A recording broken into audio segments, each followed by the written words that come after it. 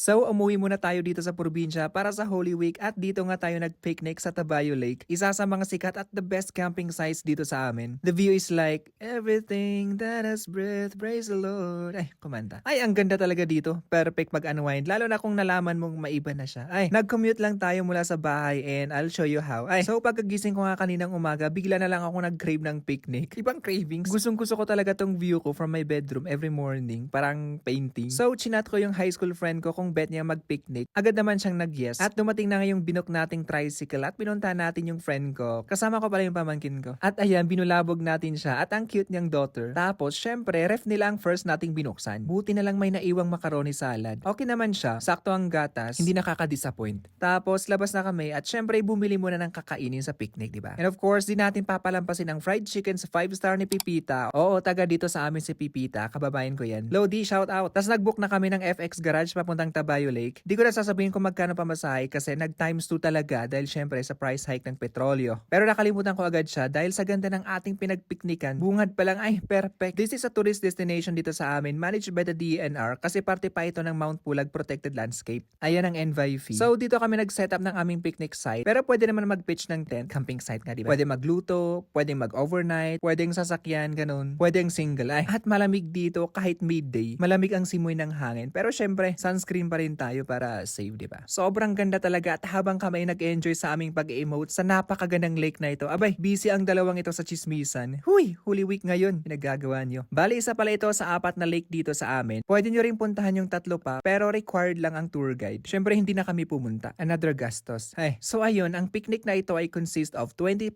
kainan at banding, tas 80% na chismisan. Huy, joke lang, hindi tayo ganun. So ayun, before pag gumabi, umuwi na tayo at sumasakit ang likod ko, promises. Grabe na talaga pag trintahin ka na. Diyos ko!